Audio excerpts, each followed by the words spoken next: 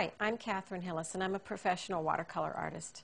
I'm teaching you how to paint in watercolors, and right now I'm going to teach you how to paint flowers in watercolors. Flowers are a wonderful thing to paint in this medium.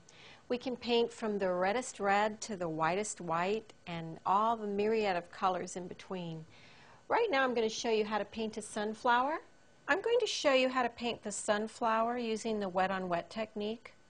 I'm going to wet each petal, either one petal at a time. Sometimes I will paint groups of petals.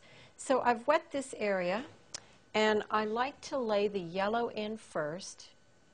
You want to use as few strokes as possible in this wet on wet technique.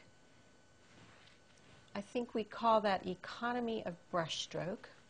Now, a lot of times on a sunflower, if you look, you'll see that a lot of times there's a little bit of red or maybe some green right at the base of that petal. And a lot of times there's a reflection of other things around reflecting on that. It might be reflecting from the head or from another flower, from another petal. So I'm going to put a little bit of, also a little bit of a green down here, just reflecting from that sunflower petal. And then I'm going to leave that alone and let that kind of cook just a little while. Let the pigment move. I'm going to come in and wet this petal down. I'm going to do the very same thing, and I'm going to wet this petal down. I'm going to work on 2 petals at a time now.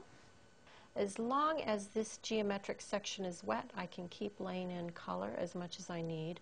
However, when the glistening begins to leave that area of the paper, I need to stop and let that dry.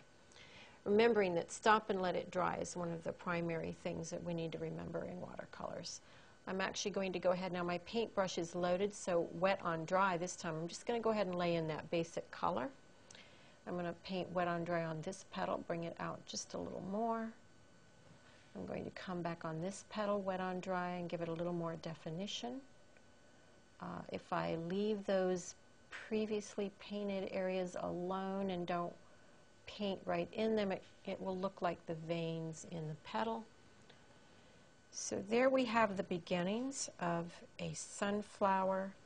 I will be adding or glazing a couple of layers on these as needed, but I will need to let them dry first. A little bit of blue there, a little bit of phthalo. A little bit of blue here. And I'm going to pick up this strip with the thirsty brush. And I need to let this dry before I can glaze again and bring a little more definition to the flower itself. I've been painting the petals of the sunflower, and I need to let these petals dry.